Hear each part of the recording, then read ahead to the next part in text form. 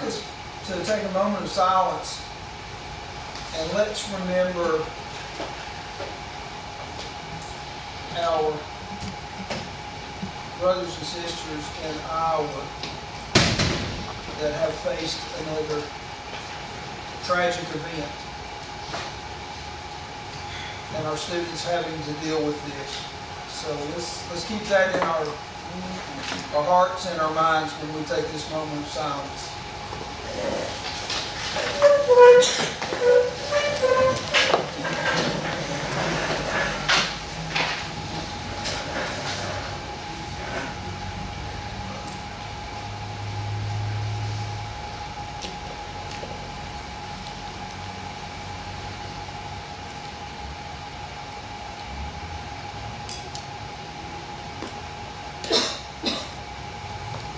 Thank you.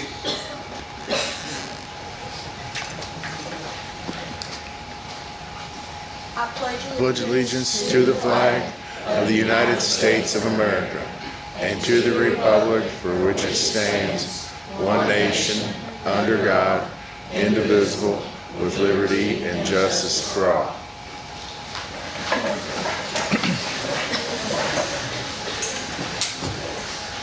Mr. Dixon, do you want to read the conflict of interest statement, or would we like to have Mr. McCarty do it? Either way. He's got it. I took it away from him. I will read it into the record. Those of you that have a personal conflict of interest and or an indirect conflict of interest, do you acknowledge these conflicts of interest for all purposes and actions of this meeting? I did. Let the record reflect that all did on both conflicts. You did it pretty well. I try to read well. Sometimes I pull it off. All right, next on our agenda is board member reports. Anyone would like to have anything to report?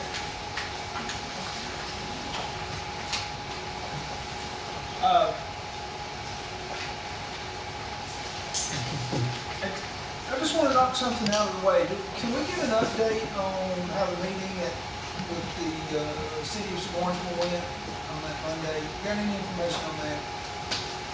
If not, don't want me to put you on the spot. I don't, sorry. We don't have a maintenance director or supervisor here? Okay. I'll follow up with you later on that. No other board member reports. We good? Do we have any public comments? No public comments. Student board representatives. Who's up first?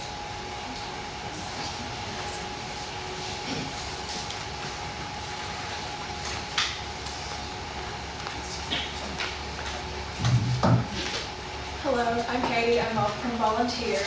And our updates are that SGA had a fun week of themed dress-up days in December. We did a movie night as well for students. This was a free event, but they could purchase concessions. And they watched the Jim Carrey How the Grinch Stole Christmas. Our VHS seniors are gearing up for college sports as they sign and play for fall sports in 2024 at the colleges that they're assigned to. During December, Beta Club wrote Santa letters to elementary students. There was like 275 letters in a total from only 2 schools. It's a lot of work. The student leadership team organized they organized a Salvation Army Angel Tree for students and staff and organizations to support, and we were able to support for 25 children with that. During the holiday break, the VHS band got to perform at the Reliquist Bowl on January 2nd in Tampa, Florida, and they won top scorers for drum major and for ensemble, and they earned top honors in marching and maneuvering and placed 2nd overall. Other students at VHS that clog were able to perform at the Liberty Bowl parade and the halftime show over break as well. And students obviously got their well-needed break after killing their finals, and hopefully we get a few more days off for weather. And from Briley, who is not here, from Cherokee, she wants everyone to know about the blood drive tomorrow at East Rogersville Baptist Church from 9 to 4. Good job.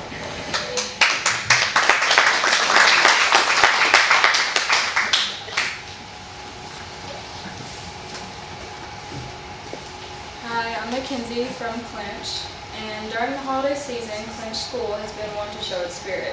Recently, Clinch has been full of exciting and enjoyable activities for all different grades that Clinch provides.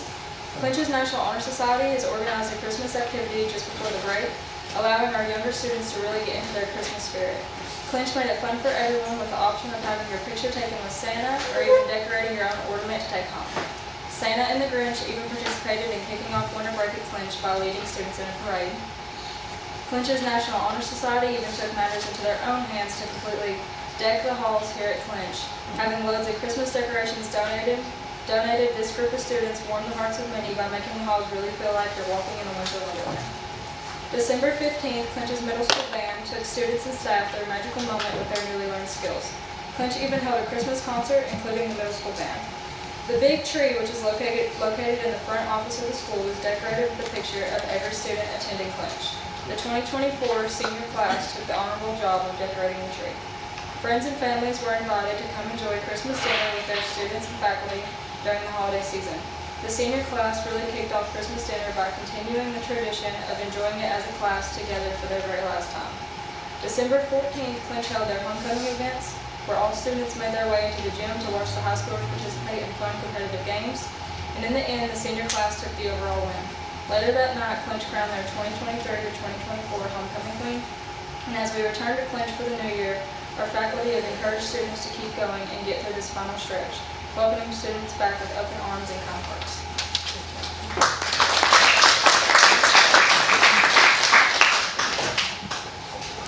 Next before the board is a pre-board meeting. So moved. We have a motion. Second. We have a second. Any further discussion? If none, all board members in favor say aye. Aye. Any opposed? Minutes are approved.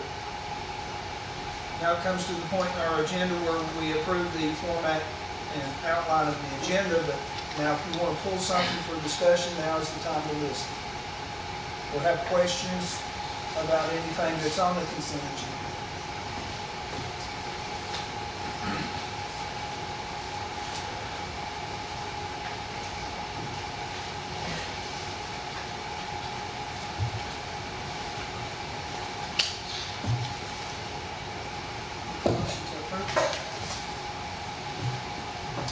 Just making sure we don't have anybody who's pulling them. If not, yes. It's open for approval of the format and outline of the agenda. We have a motion? We've got a second. All in favor say aye. Aye. Any opposed? None opposed. Moving forward. That brings us to recognitions. Mr. Hickson. All right, thank you, Mr. Christian. At this point, haven't seen Jeremy Bailey, but I know Mr. Alshire. Oh, right here, right up front. Snuck in on me. Thanks, Jeremy. Jeremy Bailey and Mr. Jim Alshire, please come forward for recognition of volunteer high school cross-country boys and girls teams.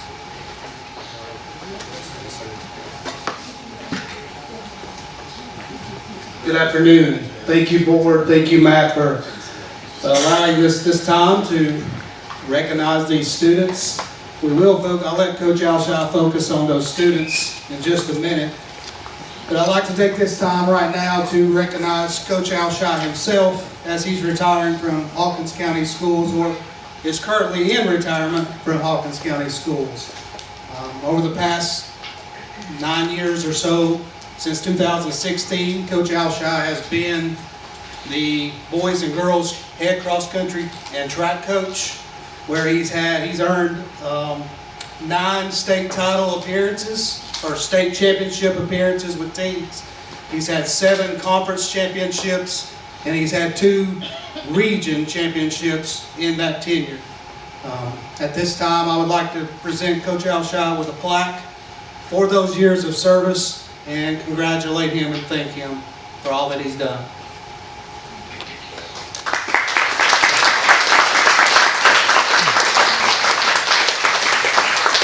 Can I turn around and smile, right?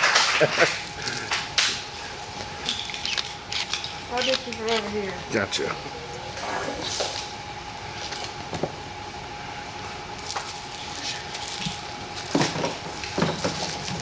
At this time, I'll turn it over to him. He knows all those times, and he's the expert on what all they've accomplished. Congratulations, cross-country team. 2023. Thank you, Jeremy. I started this in 2016, and I think the story's been told before. We went to one of our first cross-country meets, and we finished in dead last for both the boys and girls, and this one particular race over at Sugar Hollow Park in Bristol, Virginia. And you know, you just got to put the time in. The kids got to put the you know, be committed and dedicated and put the work in, and good things can happen, you know. And I believed in them, and eventually they believed in themselves, and we had a lot of success. Cross country is pretty difficult. I mean, you got to start in June. We're together for 5 months, and it really, you know, the kids, it's kind of like a family. There's a strong bond that forms, and you know, we start the season, you know, kind of pointing towards a championship season, which would be, you know, your conference meet, your region meet, and your state meet.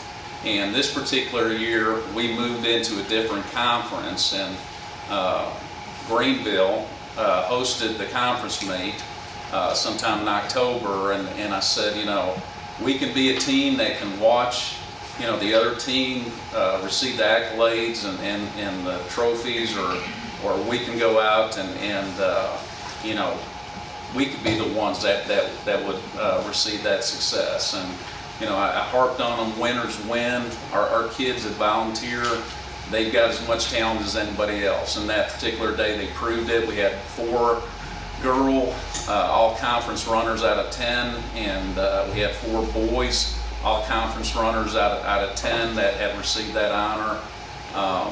And we won, and we celebrated. We went on to region, top 4 qualify for state. And there are 24 teams in our region in the AAA classification.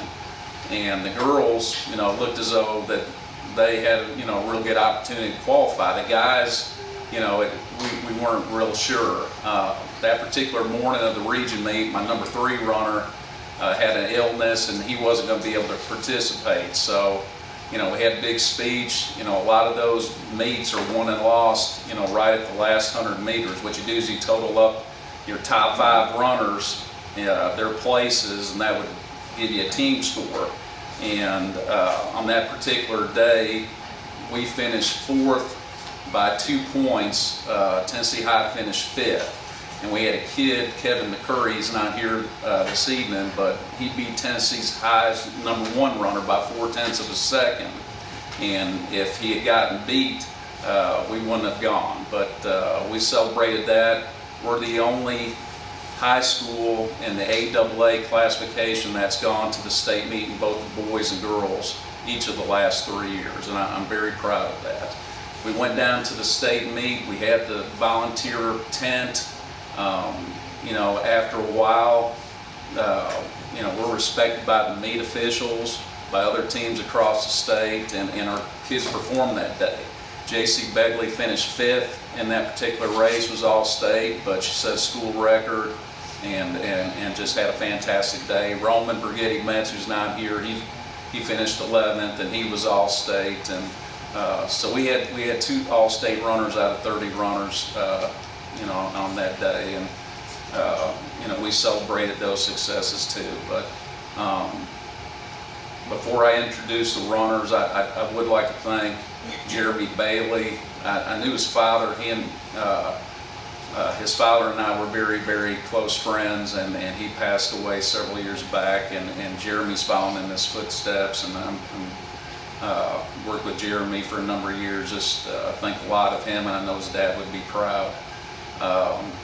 You know, I'm over here, Jeff. Jeff's followed me in my career for 25 years, and I do. I want to recognize him. I appreciate everything. Appreciate the folks over at Phipps Bend. You know, we wouldn't have had a real good cross-country team if we didn't have, you know, if we didn't have a place to train at. And the reason why it's important to train out there, you know, it's soft surface roads, and we can train and not worry, you know, about so much about the injuries, and you know, those people are extremely helpful. Charles Johnson, who's over the TCAT Center, I visited with Charles, before the season. Each and every year he allows us to train on their campus. He doesn't have to, but he's been a part of education in the past, and he's willing to do so. Thomas Floyd, I think a lot of Thomas, and known him for years, and his mother, and just so many people recognize Chad Laster. He built this bond, even though there's competition, between the two high schools in the county. He and I are close friends, and I appreciate Chad and his support over the years. But so many people, Jimmy Whalen hired me as a head track and cross-country coach, and Bobby Wines did too, and at times we text about that, reflected back on that. But yeah, I know I'm missing quite a few folks, but this is really about the kids, and so I'm going to go ahead and introduce the kids right now. Isaac Jennings, this is Bob Larkin's grandson. He's a freshman, and he was our number 4 runner at the state meet. Had a personal best that day of 19 minutes 2 seconds.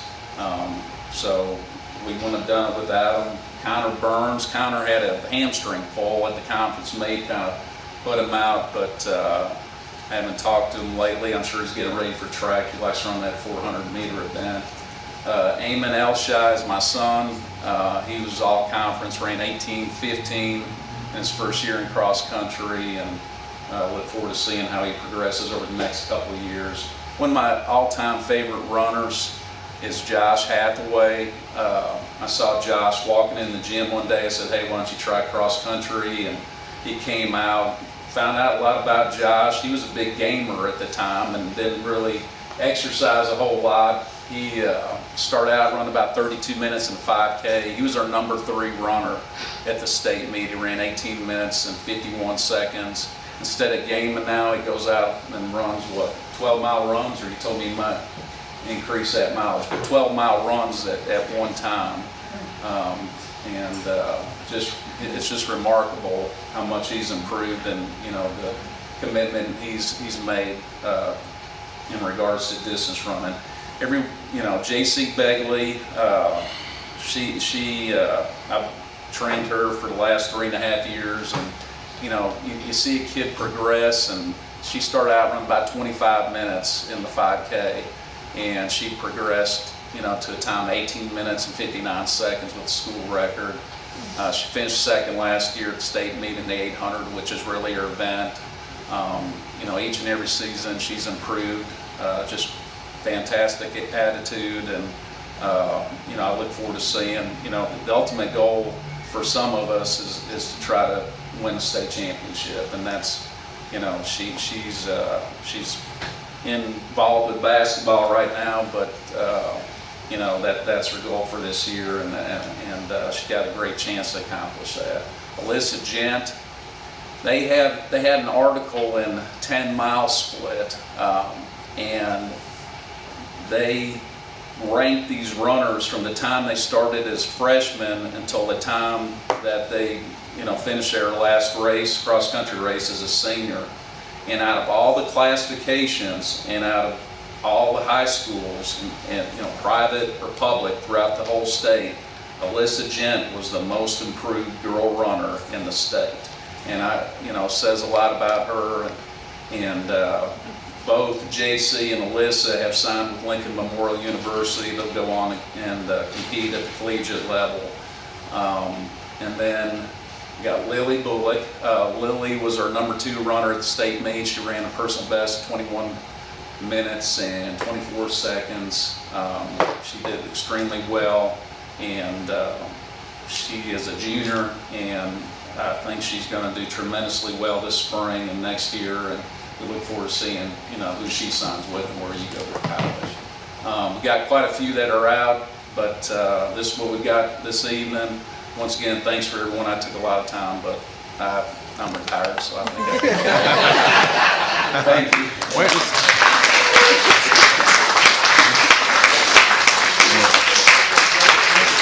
Get out the way. All right, now kind of squeeze together as much as you can. All right, on 3.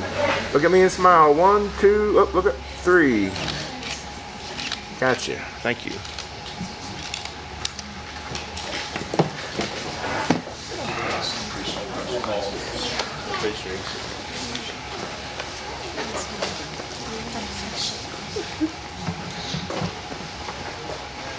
Thank you and congratulations once again, and thank you, Mr. Alshire, for your many years of service, and we wish you the best in retirement. Jeremy said it very well, and thanks for all you did in and out of the classroom. At this time, we'll bring up Jim and Robin Whalen to honor our Hawkins County swimming teams.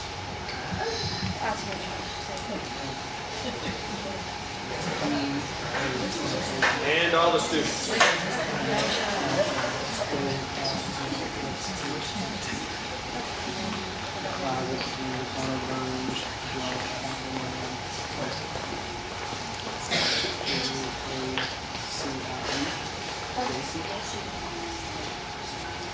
You're good. Yeah, you don't have to take it off. Yeah. You're cold. Yeah. I've been there.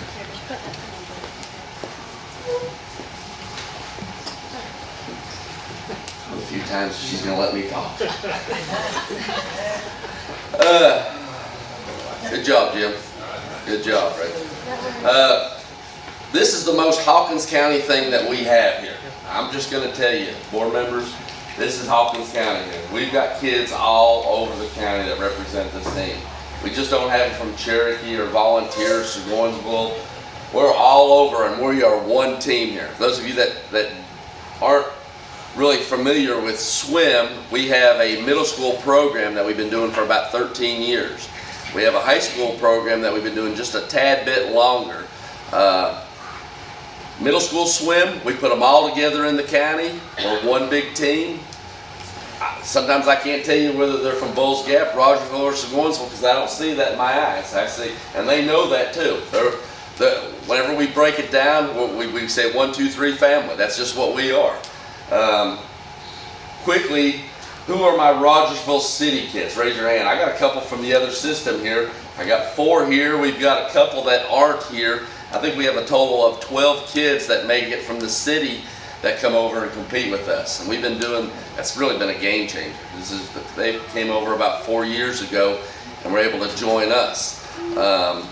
Let's see, who are my Churchill kids? Do I have any Churchill right there? 2, 3.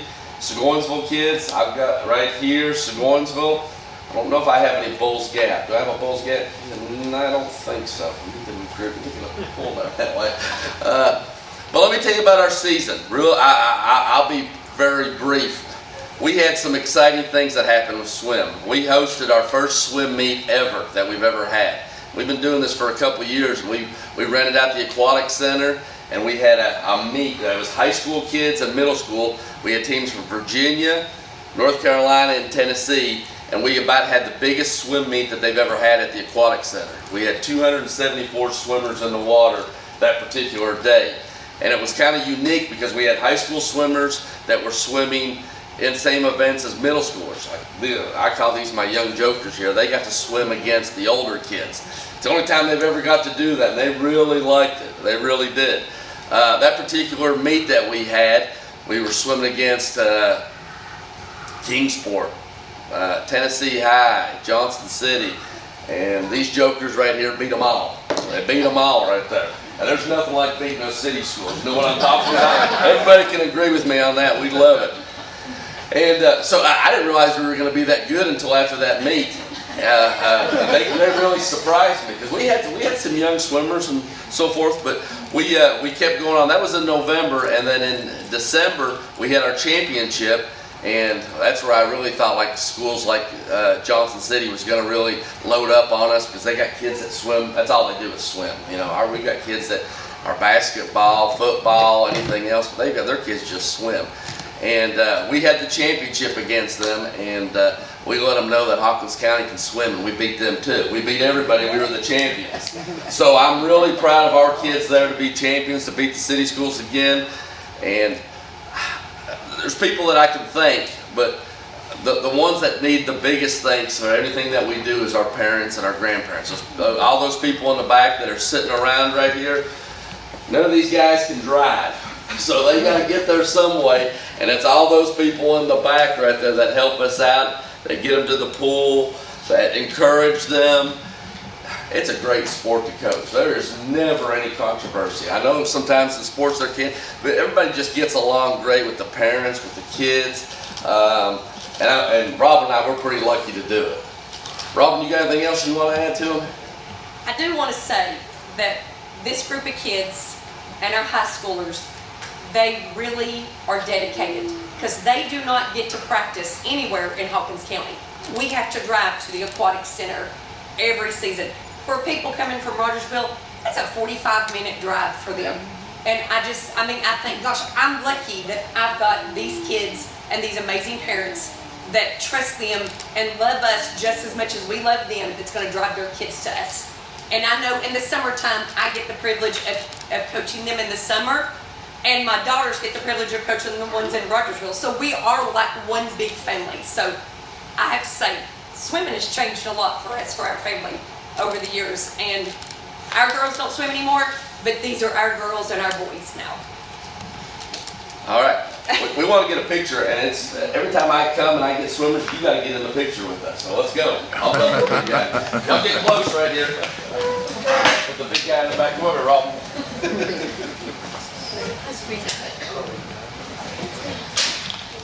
All right. All right. Squeeze, Better look pretty right there. squeeze together as much as you can and look at us and smile on 3. 1, 2, 3. Let's get one more. 1, 2, 3.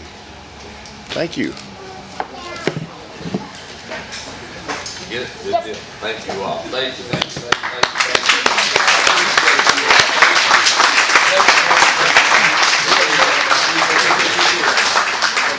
Thank you.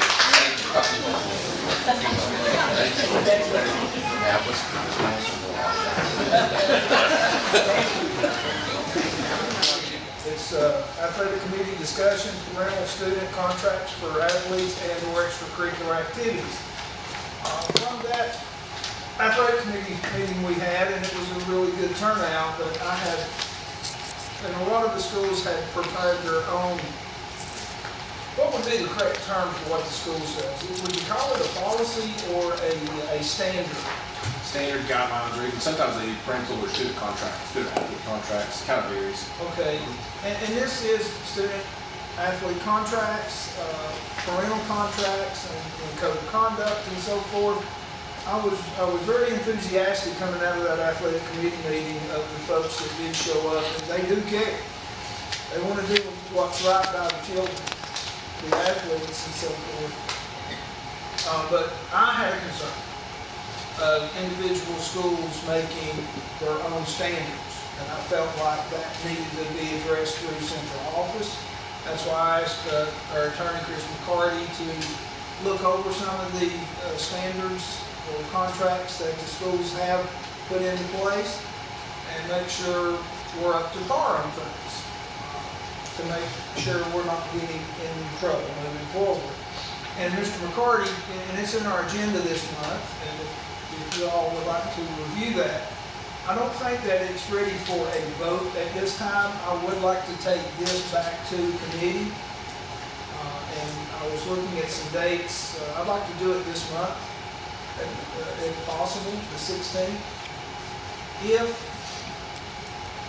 But after reading this, I have 2 suggestions.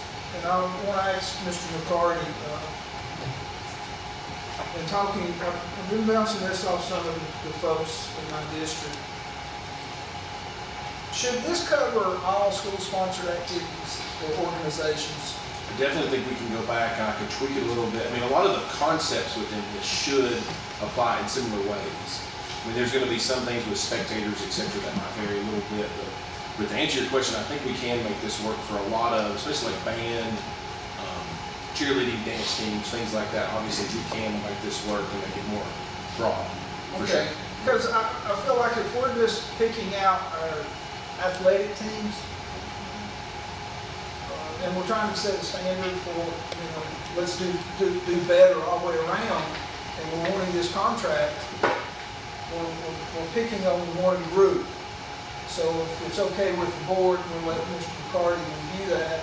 and see what we can do, and then bring that back to the meeting. Is that okay with everybody? Are we having a lot of issues? I mean, what was the catalyst of this, out of curiosity?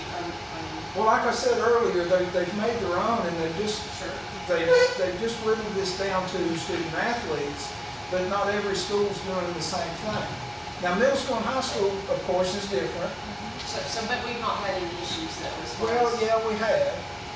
And some issues with parents being overly concerned about the verbiage in the contracts, and not being able to play.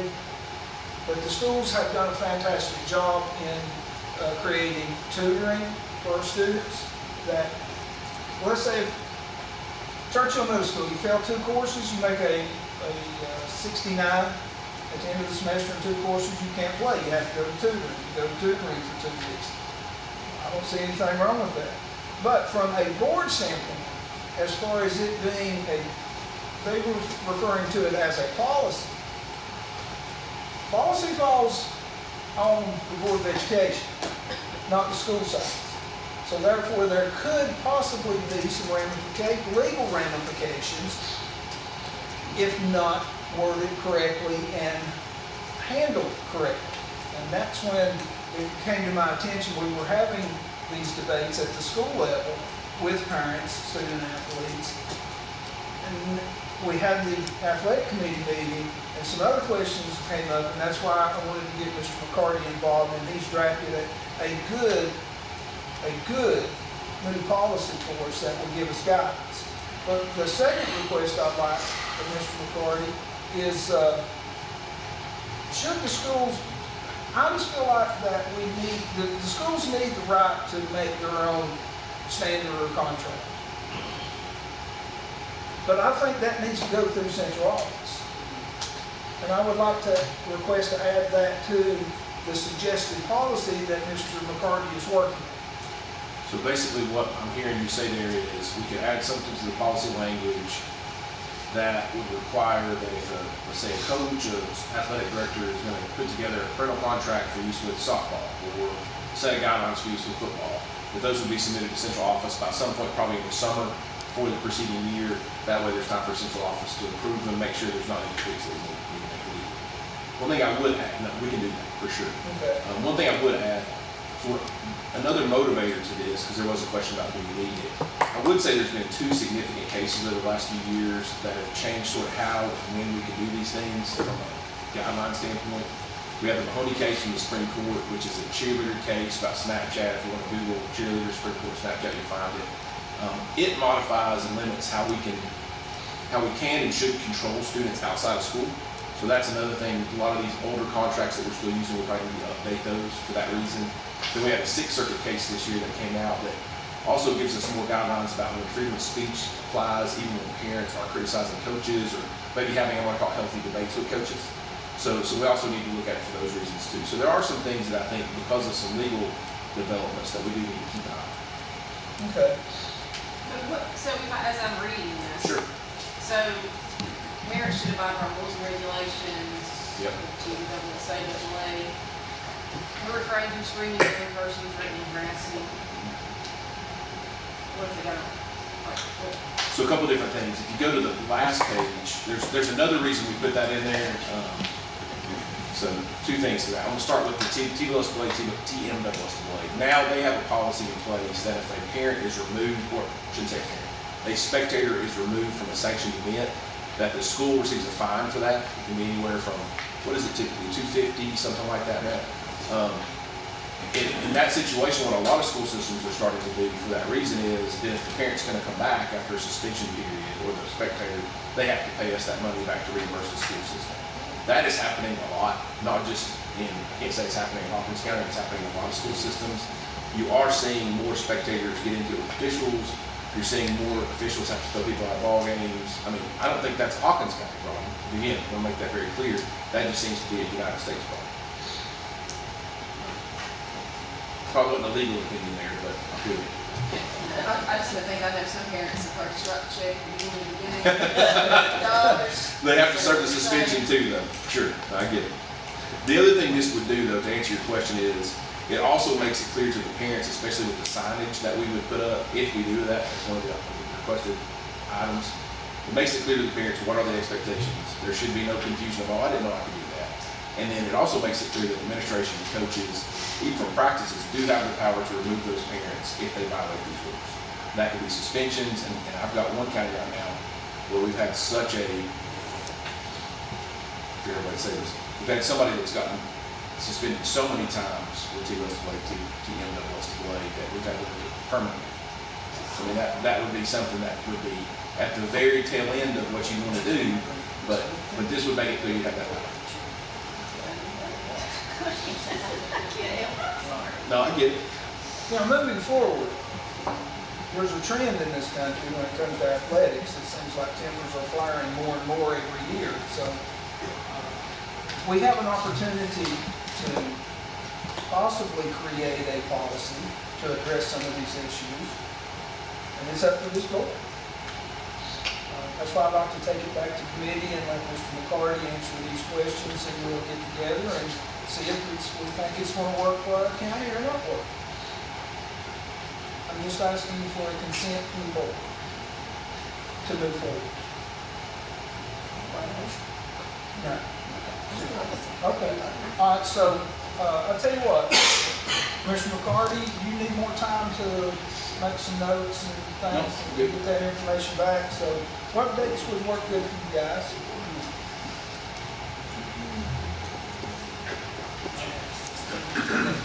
I'm not free till April 16th, So, you say 16th would work? Not for me, but anybody else would be fine. Well, how about the 25th?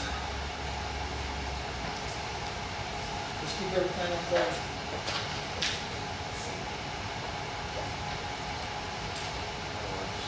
The 25th at 7 p.m. at Churchill Middle School. 7 o'clock. Yeah. Oh. Okay, 6. You get night there. 6. It's 9 o'clock. Is that okay with you guys? 6 o'clock? 6 o'clock. 6 o'clock. Churchill Middle. Yes. They have a nice room to meet up there. Not that we don't have a nice room. I will have a new draft to you well in advance of that for you to look at before y'all have the meeting Okay. with those two issues addressed. All right. Thank you very much. And if anybody else on the athletics committee has anything they want me to look at or add or consider for it, just shoot me an email or call me. Oh, please do. Please do. Once you have a chance to digest this information, if you've got any questions, comments, or concerns, get in touch with Mr. Dixon and Mr. McCarty. I will encourage that. I want to add one more thing to the agenda of this athletic committee meeting to just very vaguely speak of is Tier 1 and Tier 2 coaching. So I just want to cover that in a committee meeting. So Tier 1 and tier 2 sports? Yeah. Okay. Yeah, so that would take care of item B. Technically, that would be tabled until we get through committee. And that moves us to Director of Schools. Representative from the HCEA. Anyone from the Education Committee and the Hawkins County Commission.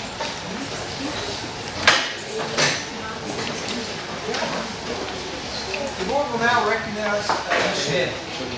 You're all leaving, but Stick around. Coach Whalen, Yes, ma'am. I just want to, on behalf of the board, thank you and your wife for the commitment you make to these kids.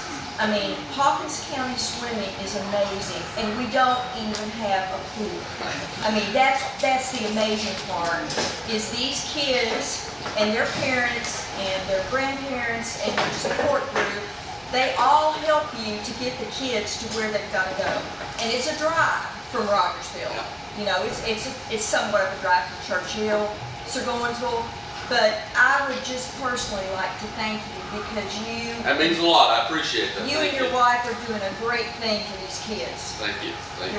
Because if it wasn't for you guys, we wouldn't have swimming. Yeah. So continue doing what you're doing. Don't make them go to the river and jump into that. They don't need to practice right now. But I concur with what Ms. Shedden's saying. If it wasn't for you guys, we wouldn't have swimming in Hawkins County. So Appreciate thank you. it. Thank you, guys.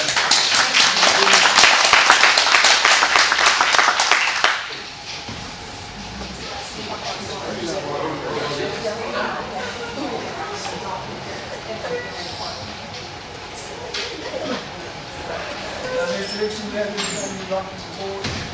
I do have a couple things briefly. School site letter grades came out. They are a mixed bag, and because of how they are derived, I want to publicly say we're more than letter grades. If that's how the state chooses to define us, we will continue to tackle challenges, we will continue to make improvements, but we're much more than letter grades. With that being said, I'm very, very proud of of all of our schools, but I want to particularly mention Mount Carmel and those that are above the C range. We've got Mount Carmel as an A and one of the few in the region that is an A. But here's what I will have to say about that. Before they were issued, Mount Carmel was set to be a C.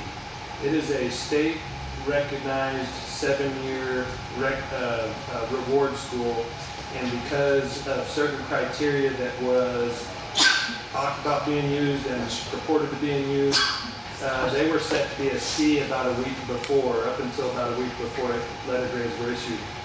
It says a lot of the state of education when they were set to become a C and a week before they were issued, that designation changed to become an A, and I have to question the timeline of that being issued on December 21st. And the governor's announcement that he is pursuing vouchers and other things around the same timeline. So we're more than letter grades. We are continuing to do the work to tackle challenges, namely attendance. When we've got roughly 25 to 30%, depending on the school site, struggling with chronic absenteeism, and we are trying to work with those families to make sure their students are at school. If you're looking at a small school setting, it doesn't take very many kids that fail to grow or that slide backwards to negate any positive movement, and that school is then stuck with a designation that reflects that dynamic. So once we get a handle on attendance, which we're attempting to do this year hot and heavy, I really think that things will start to turn around. We've already demonstrated growth this year, as I've mentioned to the board via email, and I look forward to seeing what we can do this year. But we're continuing to tackle those challenges. I don't agree with the designation. You can see high points and struggling areas that we're tackling. You guys knew that from the start of the year with our school site presentations. But publicly, we're much more than a letter grade from the state of Tennessee. CTE numbers from the first semester, very positive. Talked to Dr. Williams last week, and I've released an article. I think it's going out in the Rogersville Review this week, the end of this week, I believe. But he's already, he and his team, Seth and others, have already issued a total of 411 work-based credentials. And these industry credentials are important because they prepare students for real-world skills and abilities beyond just going to college or just one field or another. It's opening their opportunities to success. As an example, to date, we have 132 industry credentials in CPR, 42 in incident command systems, 15 in introduction to hazardous materials, 30 in multimeter certification, Briggs & Stratton small engine certification, 7. Fundamentals of electricity AC, 7. Fundamentals of electricity DC, 15. Intro to mechatronic systems, 10. Lean Six Sigma White Belt, 3. Fundamentals of industry, 4.0, 70. Precision measurement instruments, 28. ServSafe food handlers permit, 41. And certified nursing assistant, 11. And that's only halfway through the year. They have a goal which they've already come about 2/3 of reaching for this year, and we are doing great things in CTE and across the school system. Going back to my first point, we're much more than letter grades. Meeting Today, we held a meeting with Gary Hicks, representative, and voiced some of the concerns regarding the upcoming legislative agenda. It was well attended. We had a number of site administrators, central office folks, and lead teachers from the school sites that could come this afternoon. It was in the middle of the day, so those that had planning or that could get coverage did attend on their principal's request. But we were able to provide Mr. Hicks some thoughts on where we would like to see the state assist. Some of the ideas that were discussed, namely, we need money for facilities. If the state has money in excess and they are willing to assist public schools, rather than taking money away, I propose and I humbly ask that they dedicate some of those funds towards some of our aging facilities.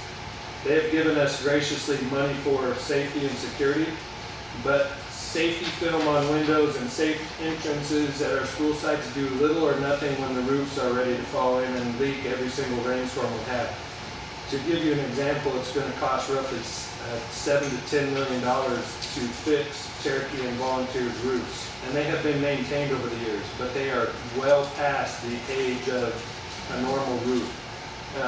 And in order to avoid going to the taxpayers here in Hawkins County and burdening them with yet another bond, which we're faced with doing potentially in the next several years, I propose that the state invest in its infrastructure, namely its aging school systems in rural and remote sections of the state, and help them with their infrastructure, so that burden comes off of the taxpayers and off of the local systems. Those are some of the things we talked about, and I appreciate Representative Gary Hicks making time this afternoon to speak to us for an hour and a half, 2 hours, and I really appreciate his advocacy for our local schools. As you know, he works within the Rogersville City School System and has a unique perspective, serving on the Budget Ways and Means Committee and a state representative. So I appreciate his time and efforts in coming over this afternoon. That's all I have for now. Thank you. I concur, you have to go up with Mr. Hicks with this letter. I really do, and I think that, I'm going to speak for the board, I think that we're all have that same feeling. I know it frustrates me that public education is taking a hit, but we're playing by the rules. And we're doing the best that we can. So I want to thank you and your staff. So hang in there, and to all of the staff of any level in Hawkins County Schools. We're getting it done. We're getting it. We're working hard at it, but it don't come overnight. So be confident that we're doing the things that need to be done. Maybe not on your timeline. But we've got a big system to deal with. We've got a lot of issues in this world, this country, this county, and in the school system. And we take them one by one. So, parents, guardians, keep in mind, we're working every day. Thank you. Thank you for letting me say that. Okay.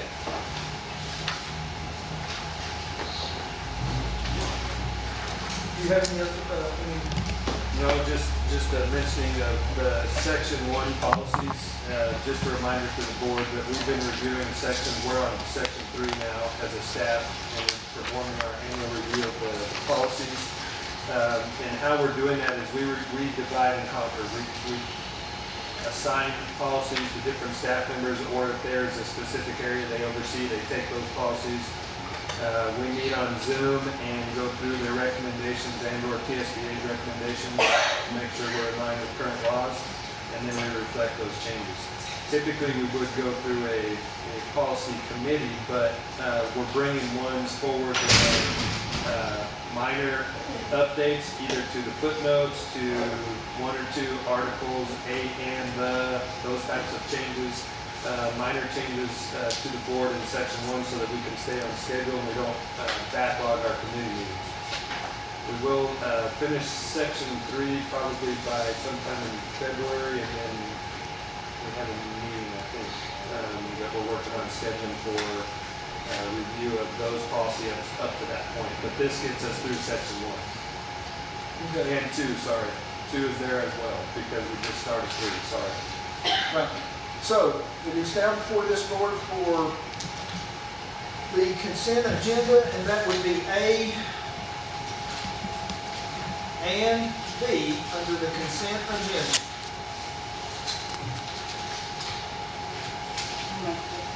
We have a motion. We have a second. Any further discussion? If none, all in favor say aye. Aye. Any opposed? None opposed. That brings us to unfinished business. Do we have any unfinished business? I don't think so. New business, you'll see in the side packet. Mr. Hickson, if you'd like to take that. Sure. We have a proposal in front of you with Dr. Lyle Alshire. You know him from leading us through the superintendent evaluation for several years. And I appreciate his work on that and shaping where I'm going and how you guys are leading me in performing the work and leading the system. We started talking to him about specifically coaching our high schools. You know, and seeing all of the professional development that it's largely aimed at elementary and middle school. We have very little except for content level professional development that's typically available to the high school leadership. This is one of those opportunities. So I'd like to bring Dr. Alshire in to provide leadership specifically to Cherokee High School and volunteer high school principals. It would include monthly coaching, opportunities to discuss concerns and questions with him as their coach. There will be joint opportunities where Dr. Sturgill and Mr. Kinner are together with Dr. Alshire, and then there will be times where they're individually met with as well. But they will talk about anything from instructional leadership to organizing their calendars to make sure they're prioritizing time in the classrooms as the instructional leader on site for the principal and the APs as well. But it's specific to the high school level principalship, which is unique. They run little cities, if you think about it. Little cities between the periods of time of roughly 7 in the morning to 3:30 or after if there's sports events. So I really do recommend consideration and approval of this. It is paid for through Title II because it is certificated professional development, and we've already secured that in the Title II budget. Is this something that Mr. Roach and Clinch would benefit from as Yeah. well? Yes, we have talked about expanding that, and this is the first phase that takes us through June. We are looking at including Mr. Roach in the fall, but because he was just transitioning this year, we wanted to get him settled in place. But yes, good question. That would include all of our high schools at that point.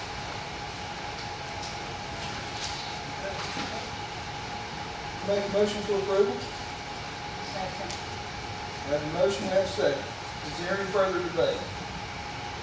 And I just want to ask the question, does the board understand that the role Dr. Alshire will play for us within our system? Is Dr. Alshire providing this to other systems? This is his pilot venture in dealing with high school leadership. Okay. He was, of course, in high school leadership in his career and a superintendent at the state level. But he, in discussion with us, said, you know what, that is of interest to me. I think I could help out. And so he's using us as his first case. Guinea pig. Maybe, Yeah. if this does get approved, you think you could get him to throw in maybe a workshop with the middle school principals? I think he's willing to help us out, yeah. I think that our target right now is specifically with high school, and it has a lot to do with prioritizing of time. There's so much in the student body. If you talk about sports, clubs, behaviors, attendance, you're dealing with thousands of students at a time. And so our focus this year is specifically with high school principals and being organized to the point where they're prioritizing instructional leadership in the classroom. However, with that said, I will ask him, and I'm sure he will help us out. Yeah, just like a quick workshop Sure. with all the middle school and high school principals at one time. Okay. If he would consider that. So, any further discussion? If none, all in favor say aye. Aye. Any opposed? None is opposed to that. Is there anything else under new business? I do have one question. It may be out of place, but E, volunteer high school. Does it work or not? I have not heard that it's not working. Okay. That's all I need. And if it's being reported, if it's going in the work tracker system, there's guys that are responding to those the minute they're put in. Okay. I just got I'll a follow, message. I'll follow up with. The heat wasn't working today. But I'll follow up with John. anything else before this board? Our next board meeting is February 1st. And we will have a preliminary budget workshop on Tuesday, February 6th. when do we go to United? The next week. The 12th. February. February. So we got on the 6th. That's, our supervisors will be at that preliminary budget workshop, right? Yeah, we typically have the representatives from each department here. And then the day on Hill is the 12th.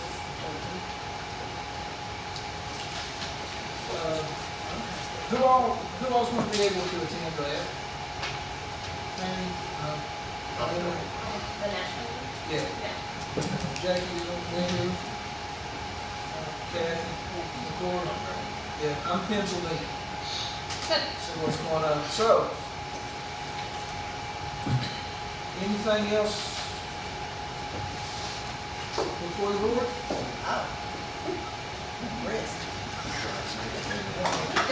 Make a motion.